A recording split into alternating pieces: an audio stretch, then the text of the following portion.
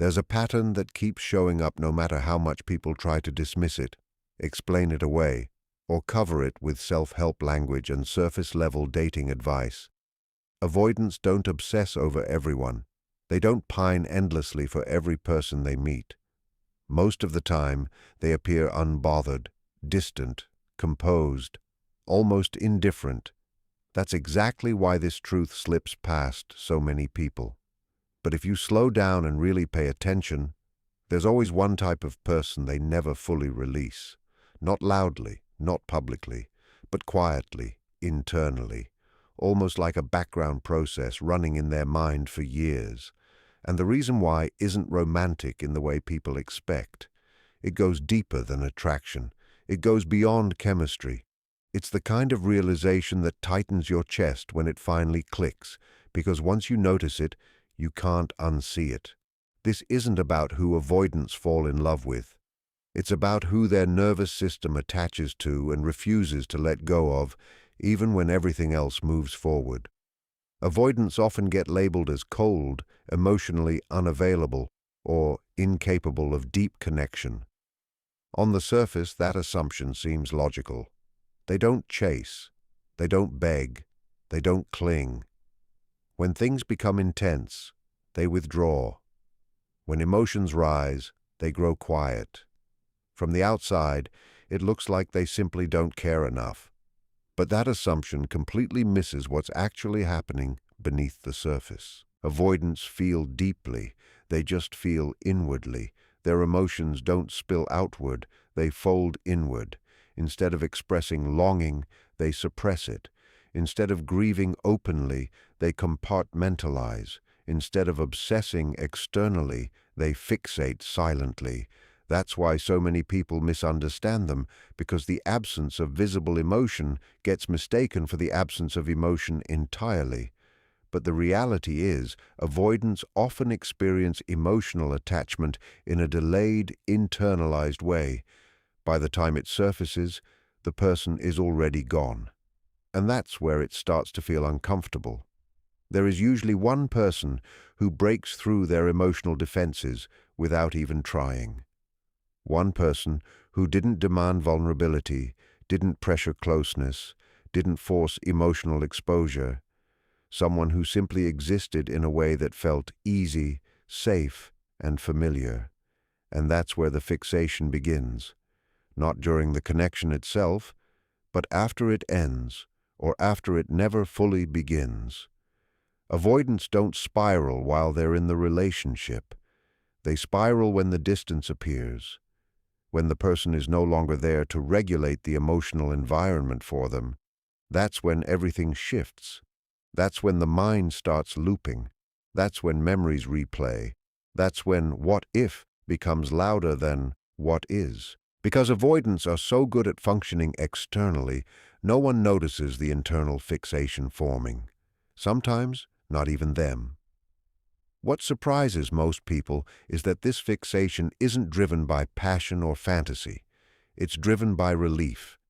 The presence of this one type of person quieted something inside them. It slowed their nervous system. It made emotional closeness feel manageable instead of threatening.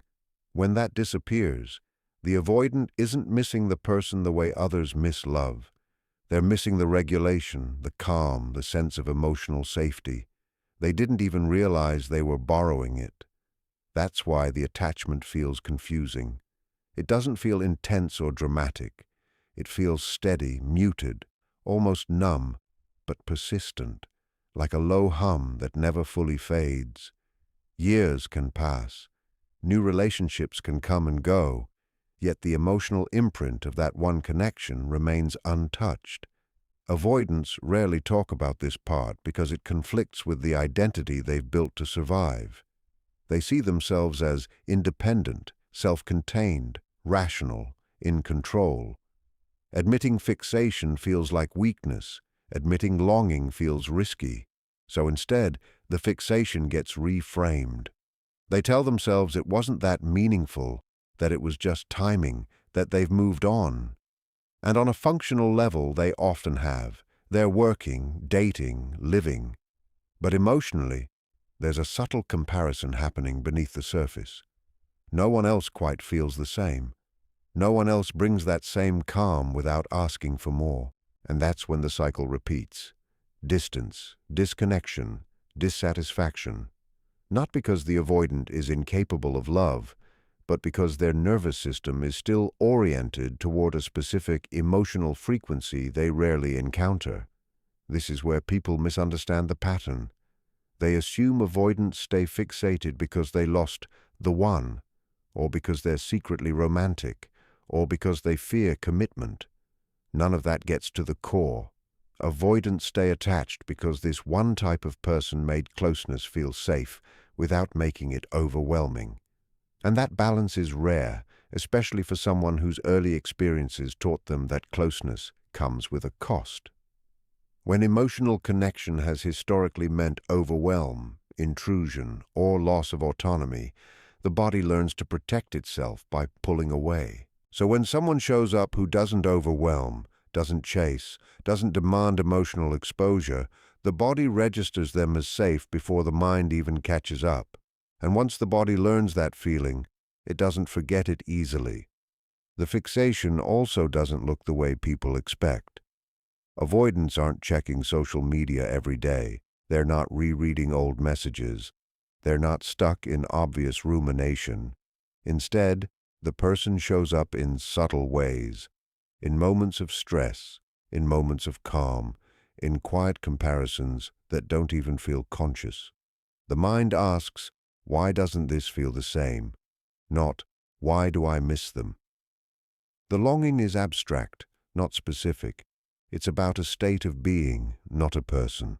That's why avoidants often struggle to explain it. They don't miss conversations or shared memories as much as they miss how their nervous system felt around that person, and because that feeling came without pressure, it bypassed their usual defenses completely. This is also why avoidants often pull away from the very person they later become fixated on. At the time, closeness still triggers alarm signals. The body senses safety, but the mind senses risk. So they create distance to regain control. They convince themselves they're fine, that they just need space, that something feels off. But by the time they realize what that person actually represented, it's already too late. The connection is gone, and the only place it can exist now is internally. That's where the fixation grows strongest, in absence, in silence, in the space where closure never happened. The surprising part isn't that avoidants fixate.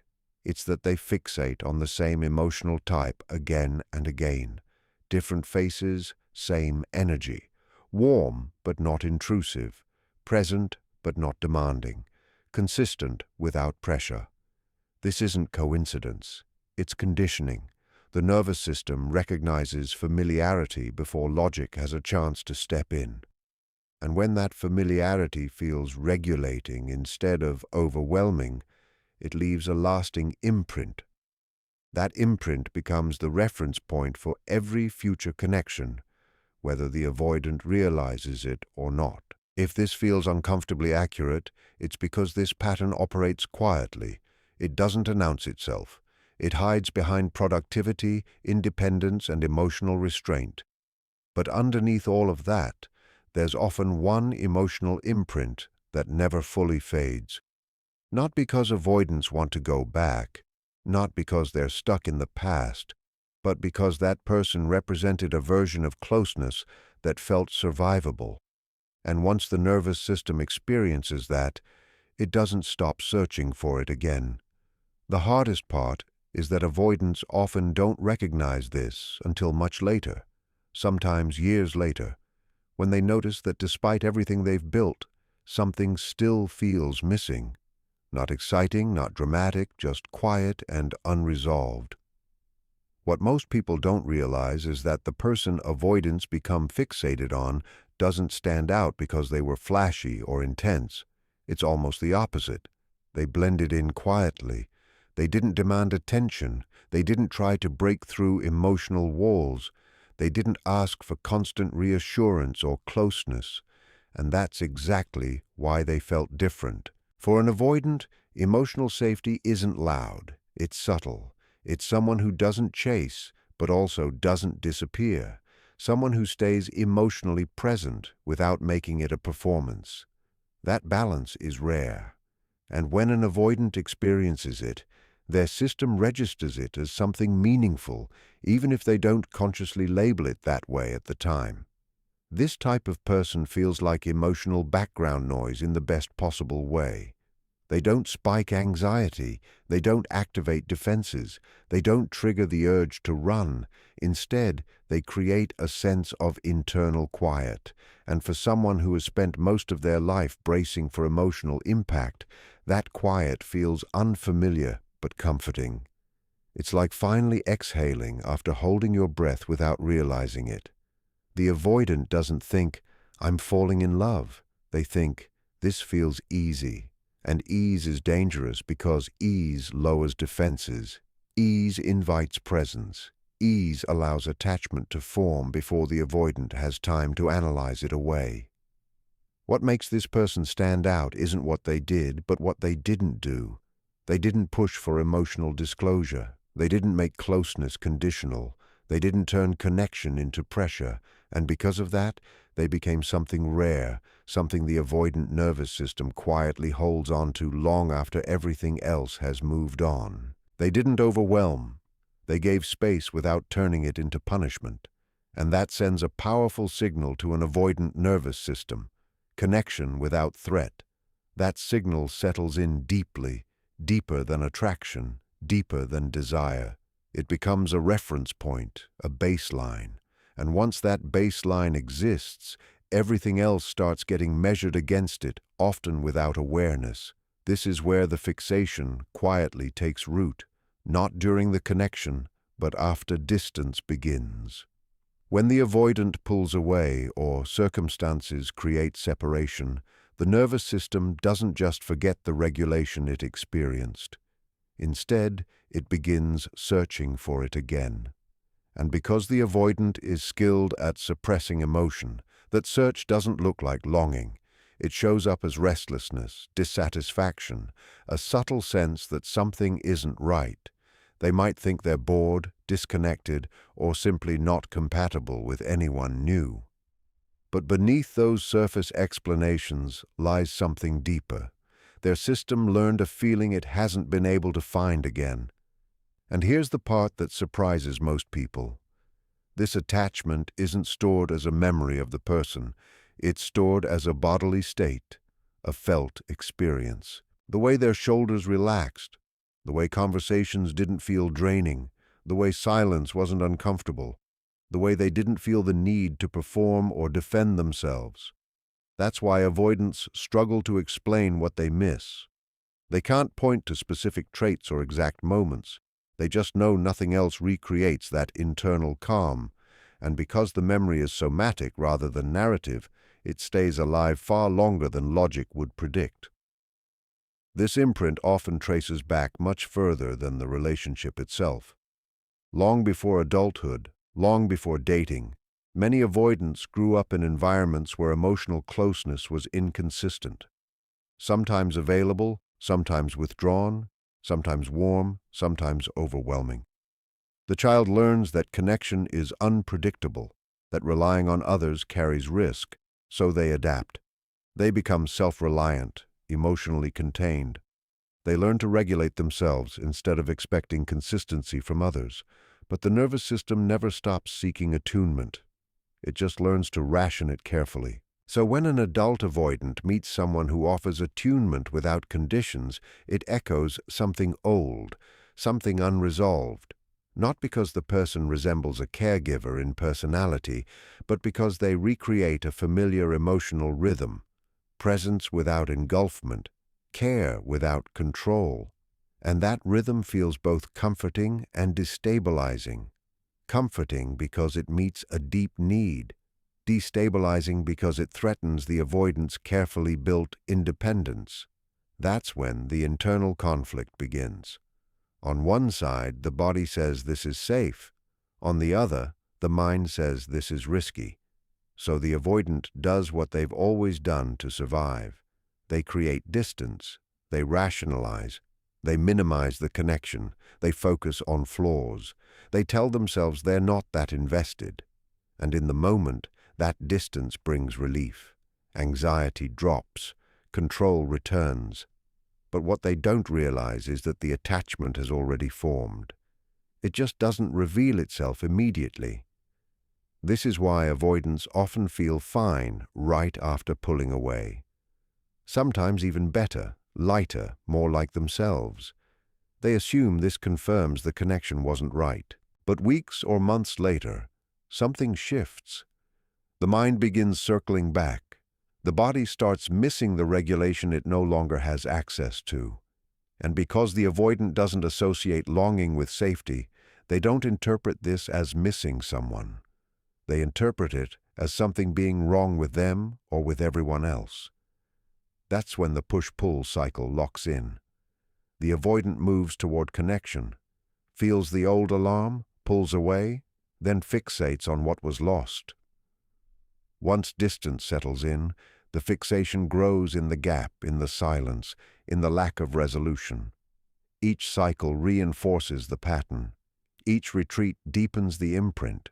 And because avoidants don't express this process outwardly, it often goes unnoticed by those around them. What makes this fixation so persistent is that it remains unresolved.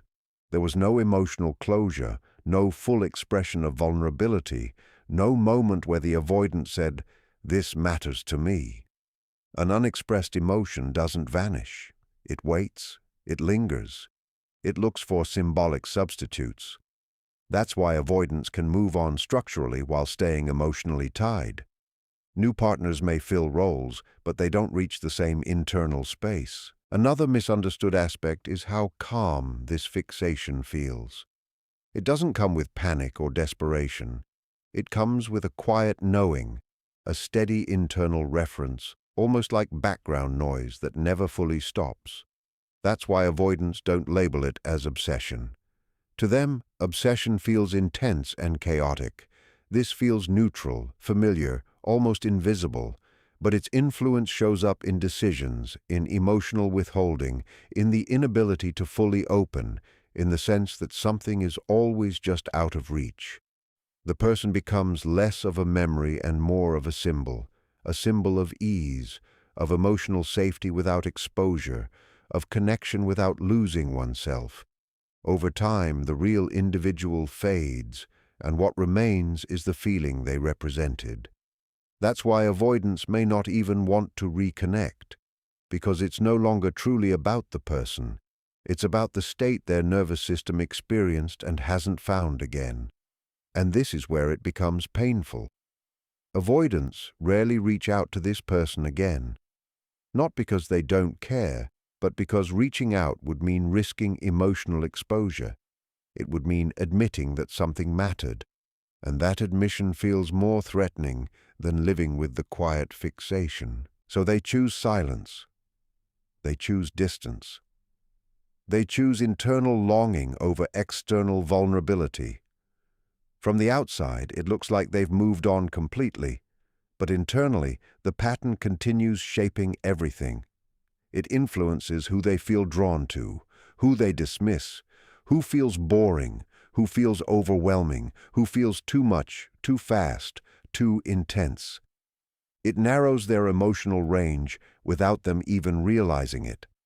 And the longer it goes unexamined, the more it becomes part of their identity. I don't connect easily. I'm better on my own. Something always feels missing. All of it feels true on the surface, but incomplete underneath. The realization usually comes quietly, not during heartbreak, not during a breakup, but in a moment of stillness, when they begin to recognize that the emotional calm they keep chasing has a source, that it wasn't random, that it wasn't imagined, and that the fixation they never named has been guiding them all along. What happens next is subtle, but it's where the impact quietly spreads. After that one emotional imprint forms, every relationship that follows is unconsciously compared to it, not in obvious ways, not in "they're not as good" or "I want them back" terms. It's more internal than that. The avoidant starts noticing that closeness feels heavier than it used to. Conversations feel more effortful, emotional moments feel louder. Even when nothing is wrong, something feels slightly misaligned, and instead of questioning the old attachment, they question the present connection.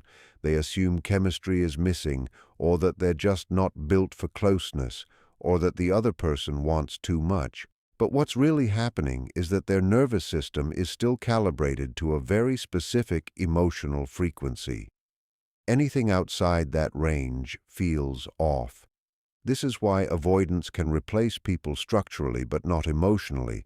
They can commit, show up, build routines, and still feel like something essential isn't clicking. From the outside, everything appears fine. From the inside, there's a dull sense of absence. And that absence isn't about passion or excitement. It's about regulation. The body remembers what it felt like to be calm within connection, and now it keeps searching for that same quiet. When it doesn't find it, the avoidant doesn't think, "I'm still attached to someone else." They think, "I'm just better off alone." And that belief slowly hardens into identity. Over time, this pattern creates emotional narrowing. Avoidants begin ruling people out more quickly. They disengage earlier. They convince themselves they're incompatible before vulnerability has a chance to grow. And because the original imprint didn't require emotional exposure, they start associating safety with emotional distance. Anyone who wants closeness, reassurance, or explicit intimacy feels overwhelming by comparison. So they retreat further, not realizing they're protecting an old attachment rather than responding to the present moment. But there's also a quiet grief here that rarely gets acknowledged. Avoidants often sense that something meaningful slipped through their hands, but they can't fully name what it was. There was no dramatic ending, no emotional confession, no defining moment of truth. Just distance, silence, and time. Unresolved connections have a way of lingering longer than resolved ones.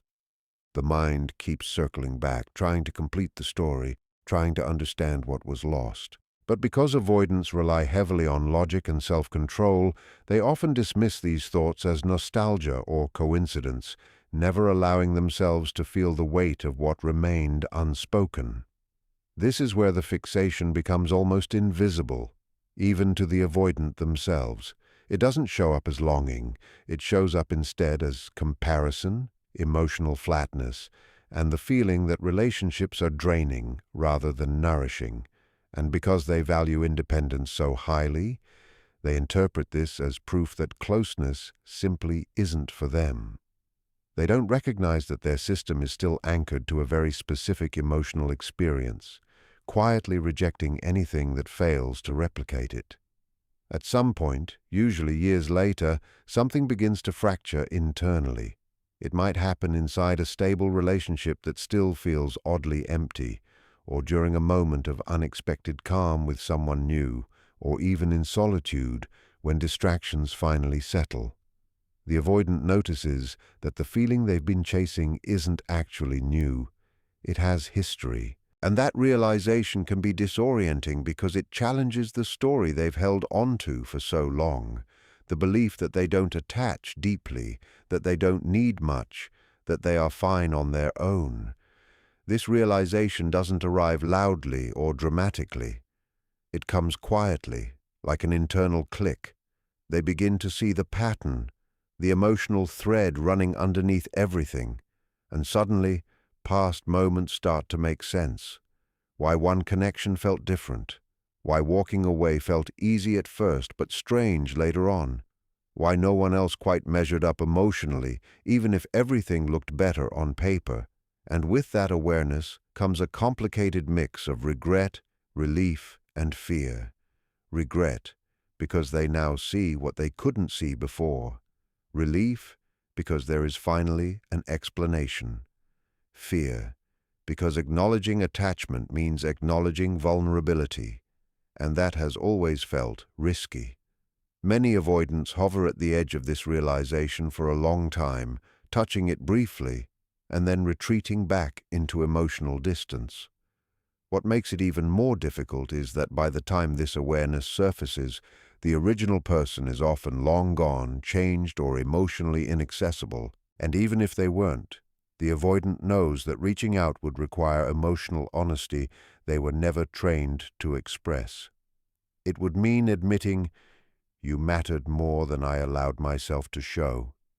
And for someone who learned early that emotional exposure can lead to loss of control, that feels overwhelming.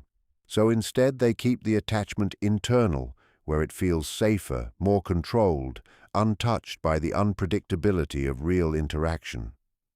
But this internalization keeps the fixation alive, while also keeping healing out of reach. Because as long as the attachment remains unnamed, it continues influencing behavior from beneath awareness. It shapes attraction. It shapes avoidance. It shapes emotional thresholds. And without realizing it, the avoidant may repeat the same cycle over and over again, mistaking familiarity for fate and emotional distance for safety. There is also a quieter loneliness that develops alongside this pattern. Avoidants are often surrounded by people yet still feel emotionally separate. They may have relationships, routines, even intimacy, but there is a lingering sense that no one truly reaches them. And that feeling isn't always because others failed. It is often because the avoidant has never allowed anyone into the same emotional space that one person once accessed so effortlessly. That space remains guarded, almost preserved, not because the person was perfect, but because the experience was rare. Eventually, the cost of this pattern becomes harder to ignore. Emotional numbness can set in, or dissatisfaction, or a persistent restlessness that productivity or distraction cannot resolve. And that is usually when avoidants begin to question their long-held strategies. Not because they suddenly crave closeness, but because distance no longer provides relief. The avoidance that once protected them begins to feel restrictive. What once felt like safety starts to feel like confinement. This becomes a turning point. Most people never witness the moment an avoidant realizes that their fixation wasn't weakness, but information. Information about what their nervous system actually needs in order to feel safe within connection. The goal is not to recreate the past or return to a specific person. The goal is to understand the pattern so it stops operating unconsciously. But understanding it also brings grief. Grief for what was never expressed, what was never explored, what was never said, and grief is something avoidants are rarely practiced in holding. So they move slowly, carefully, one realization at a time, learning how to tolerate emotional presence without escaping it the moment it becomes uncomfortable. The fixation begins to loosen, not when the person is forgotten, but when the lesson is integrated. When they understand that emotional safety doesn't have to come from distance, that calm doesn't require disconnection, and that vulnerability does not automatically erase control. Learning this takes time, patience, and a willingness to sit with discomfort instead of escaping it. And this shift happens quietly, internally, without announcements or dramatic transformation, just a gradual change in how closeness is experienced. For the first time, the avoidant is not chasing a feeling from the past. They are learning how to build it in the present. Once awareness begins to form, everything shifts, not instantly, not dramatically, but in a way that destabilizes old certainty, because awareness removes denial, and denial had been carrying much of the emotional weight. What once felt like strength begins to feel like limitation. The emotional distance that once brought relief now feels hollow, and the fixation that was once invisible now has shape, history, and explanation. This phase often feels uncomfortable because the old narrative no longer works. The identity of being purely independent or unaffected starts to crack. They begin to see how one emotional imprint has quietly influenced so many choices, not deliberately, not consciously, but consistently. And that realization brings a subtle grief, not just for the person, but for all the years spent circling connection without fully entering it. What hurts most is recognizing that the fixation was never truly about losing someone extraordinary. It was about losing access to a version of themselves that felt calm inside connection, a version that didn't have to withdraw or brace, a version that felt naturally regulated. And once that becomes clear, it also becomes clear why no one else could replicate it. Because it was never about finding the same person again. It was about learning how to feel safe while remaining present. This is where many avoidants become stuck. Awareness alone is not healing. They can understand the pattern intellectually, yet still feel trapped inside it emotionally. So they analyze, replay, and revisit memories, hoping for clarity. But rumination doesn't resolve attachment. It strengthens it. Healing does not come from revisiting the past repeatedly. It comes from changing the relationship with vulnerability itself. Real healing begins when the avoidant learns to stay present when discomfort arises, because discomfort is the trigger. The moment emotion intensifies, the impulse to withdraw appears. That response has been practiced for years. Undoing it requires patience rather than force. The avoidant must learn that emotional activation is not the same as danger. That closeness can feel intense without being consuming. That presence does not require disappearance. This process often feels unnatural at first. They are not learning to love more intensely. They are learning to stay when emotion rises, to remain present when uncertainty appears, to resist the automatic pull toward distance. And that can feel frightening because control has always functioned as their safety system. Letting go of it, even slightly, feels like stepping into uncertainty without a guarantee of stability.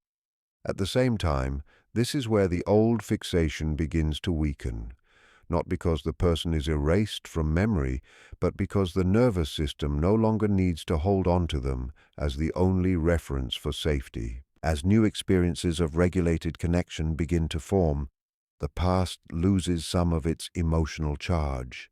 The memory softens, the grip loosens. It becomes something that happened, not something that directs everything. But this shift is not immediate.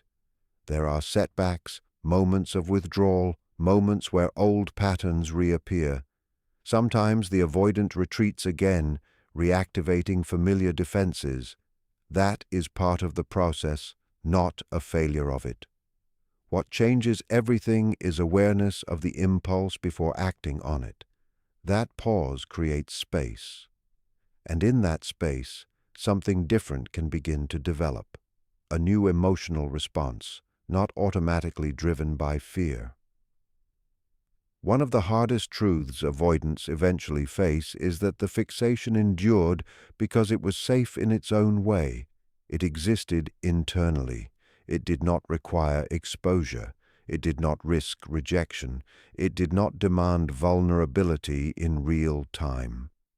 Letting it go means stepping back into something unpredictable.